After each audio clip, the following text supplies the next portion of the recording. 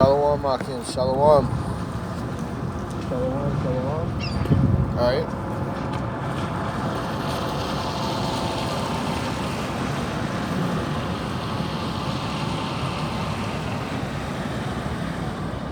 Shalom. Back out here another week, another second, another day, another hour. It's kind of cold today. Hey man, it's the first day of it's officially snowing. We're in that winter season, man. All right. But through the spirit and power of Yahawashi today, Lord willing, I'm gonna try and get as much, content as we can,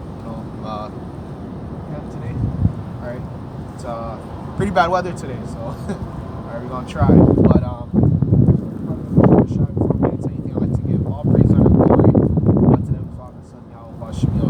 okay, double line is who grew all the time is truth and sincere salutation unto my brothers, okay, aka the sincere across the four corners of the earth, risking their life and freedom to push this word throughout the four corners of the earth through the spirit of Yahawashi. You so-called Negroes, Latinos, Natives, and Seminole Indians are the true biblical Hebrew Israelites of Scripture prophecy. And today, through the spirit of Yahawashi, the topic is going to be ye shall be changed, okay? Ye shall be changed, man, okay? Last night I did a sit down, basically speaking of if we were those men, okay, or what if we were those men, okay? And what that lesson basically inquired about was if we are those elect men, okay? All right, you have to remember, all right, through the whole walk, through the whole step of being in the truth, okay? All right, you've gone through adversity. You might have lost your woman, your kids probably trying to demonize you, or your family, okay, right? Your family trying to demonize you, okay? For reading the word, okay?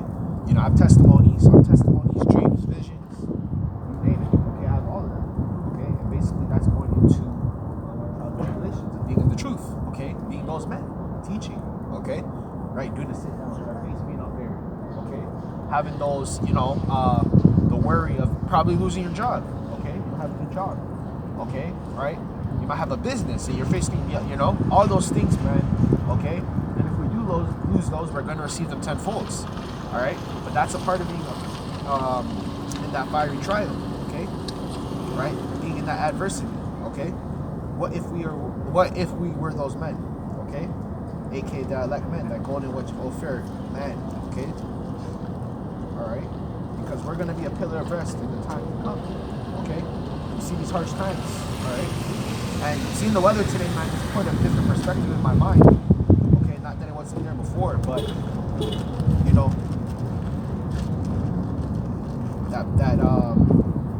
that thought in my mind basically being the times that we're getting ready to head into, okay? Scriptures talk about pray that your flight not be in the winter, right? So, with that being said, okay, imagine you being evicted from your house in the winter, okay? Imagine you having to work outside in the winter. There might not be no other job opportunities or anything, but to make a living, you have to work outside. These are the type of things that you have to, think about, okay? Right? That these people don't think about. They're just lazy, just give up and do all this. But us, the men of the Lord, we have a different vibration, we have a different type of spirit on us, man.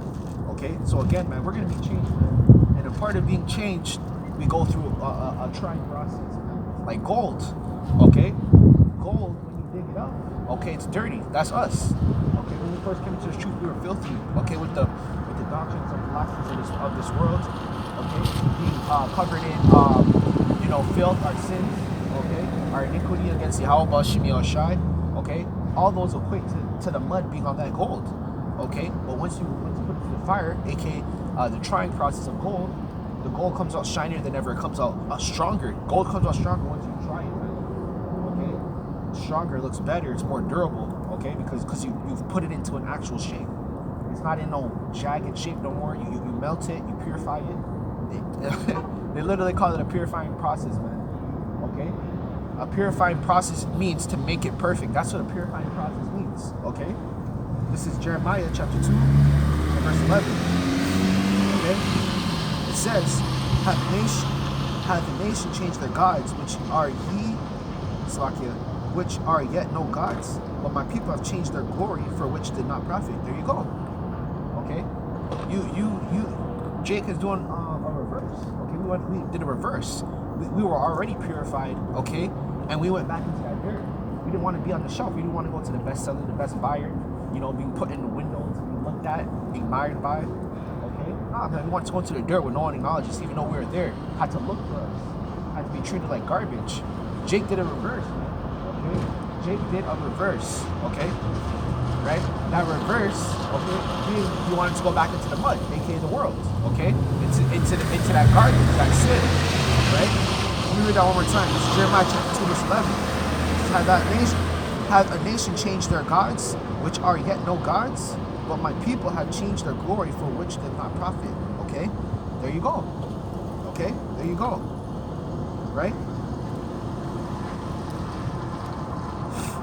Yeah. Right? There you go. Alright, so Jake has changed their glory, okay? The Lord has always spoken about that in the scriptures to his men, okay? He's always said that we will change our glory, okay, to filth. We've chosen filth over glory. And again, would you rather be in the ground where no one knows you're there? They have to use a metal detector, they have to try and dig and search. All their efforts just trying to look for you, okay? Right? Or would you rather be on the shelf, being alive, okay? Being purified, already refined gold, being sold to the best buyer, being worn for eternity, being passed down to generations. That's what happens with jewelry, with gold. Okay? That's much more admirable and desirable than being in the dirt and mud. Okay? Right? This is the book of Psalms, chapter 4 and verse 49 and verse 9. Chapter 49 and verse 9. It's a lot. Okay? So yeah, would you rather be that? Okay? Okay, the world, okay, where no one admires you, no one thinks, knows your value, okay, no one admires you, man, okay. Would you rather be on that shelf, man, being admired, being sold to the best buyer, okay? That buyer wears you for 30 years, admires you, takes you everywhere you go, always on the wrist, you know. However, you know they bought that gold, right? However they bought that gold. And then that gold gets passed on to the next person. They wear you for another lifetime. Then they might sell you, okay, purify you again, right? That's what happens. We're not perfect in the flesh, right? We're not perfect in the flesh. You have to be refined again in the flesh. That's the thing about the flesh, okay? You can be consistent, okay, but you will never be perfected in the flesh, okay? Because the flesh is imperfect, man. Okay? This is Psalms, the book of Psalms, chapter 49, verse 9. It says that you should live forever and not see corruption, right? And that's the goal, man, because we once lived like that, man, okay? We once lived and we didn't die. The reason why we didn't die is because we didn't know sin, okay? The wages of sin is death, man. The scriptures tell you this, okay? For the wages of sin is death. What is that speaking about, man? Okay? That's speaking about our ways, our iniquity against Yahawah, Sham, okay? So our iniquity against Yahawah, Sham causes death. Because if you choose death, aka sin, you're straying away from the Lord. The Lord isn't sin. Okay? Now, of course, there's a balance. We know this. Okay? Don't say the Lord didn't create sin and all this stuff. Okay? Because there's a balance. Okay? The Lord created angels. The Lord created demons. There's a perfect balance. There's not just good all the time, man. Okay? There's not just good or righteous all the time. You're gonna have wickedness as well.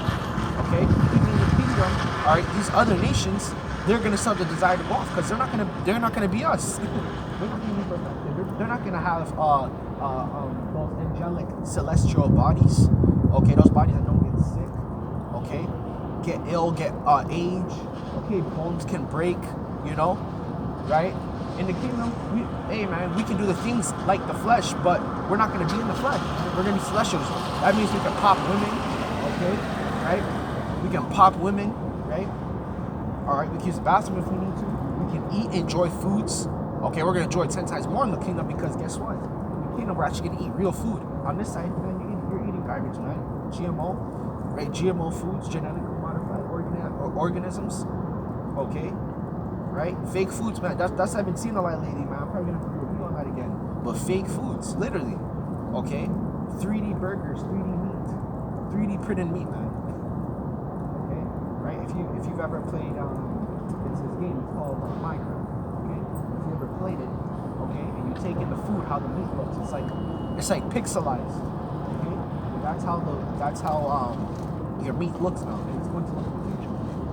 Okay, right? So that's what we're heading into. But again, just to stop pointing to that topic, that's what you have coming to this place. Fake foods. You're eating fake foods. Okay, you're indulging in fake foods, man. Okay, do you want to continue to do that? Do you want to continue to get sick and die? Okay, right? Or would you rather have spiritual power, be able to read minds, fly, okay, heal, okay, right? Teleport, you know, what is it called? Teleport and all those things, man. We're gonna be able to do all that in the kingdom, man. Okay, because that's literally a part of the new covenant. Okay, we shall receive power when the Holy Ghost come upon you. What is that talking about, man? Okay, when the Spirit, even when you're out here teaching and the Spirit gets something, you get hyped up, man. You start to remember all the scriptures. Okay, you start to remember scriptures, definitions, breakdowns. Okay, when that Spirit hits you, man, yo, you're at a different level, man. You can feel that Super Saiyan urge come upon you, that aura. Okay, that's what you feel. Okay, that they can stare all they want, man. They can stare all they want. That's all they ever do. All they ever do is always stare, man. Okay, they always stare. But when that time comes and you remember when you're starving to death and your kids starving to death, okay, in the time of famine, okay, when inflation starts to hit more and more, and there's $200 for a piece of chicken or steak or a loaf of bread, okay, just like in the movies, it shows you, okay, the anti-prophetic movies. What always happens, man? Okay, first always happens, the economy starts to go into fluctuation. Okay, meaning, okay, you have to buy $200 worth of loaf of bread. Okay, meaning, okay, right? A pack of eggs is gonna be $500. That's inflation, man. Okay, go to them poor countries, man. You're spending like 20,000 rupees on a pack of eggs or meat. Okay, that's inflation. That's gonna come over here. It's gonna be 10 times worse. Okay, because again, like I've spoken for the past couple weeks, like we've been saying, these people live in a state of luxury. Okay, imagine you're always spoiled, man. You get everything you want, and then that one time you don't get what you want, your brain is programmed to think, oh, I'm gonna get it every time. Okay, so when you don't get it, or you can't get it because you've been spoiled up to that certain point, what are you gonna do? You're gonna have withdrawals or symptoms, man. That's literally a thing. Okay, that's what people are gonna have. They're gonna get mad that they can't get their burgers no more. They can run up to McDonald's, drop $5, and get 5 cheeseburgers. Okay, they're gonna be mad at that. They're gonna be mad that they're gonna have to go through inflation. Okay, like they've been saying, man, your pockets are shrinking and the price of everything is increasing. Okay, I'm gonna keep going on that inflation because that's the step right there. Okay, inflation is gonna affect everything, not just your food, but your daily necessities. Okay, your hygiene products. Okay, you driving your car, your home. Okay, I did the video recently on the evictions, man. It's expected in 2023 that around 15 to 20 million people are going to be evicted. I think it was 30 million. I think it was 30 or 50 million. 30 to 50 million are going to be evicted, man. Okay, because they're going to drop that bill. Remember, I went into that bill a long time ago. This is back in the Windows 18. Okay, when Windows 18 first came out, they signed a bill that you couldn't evict the tenants because they couldn't work because due to circumstances. What's up, man? How are you, man? Right? We're talking about Windows 18, man. Okay, so expect 2023, even in Canada and America, massive evictions, man. Okay, and we're in winter. Winter is 6 months long, man. That's the longest season we have. Okay, look at it right now. It's starting to snow. Okay, these people are not ready, man. They're not ready. Okay, come on, we're gonna go to the next part. They're not ready, man.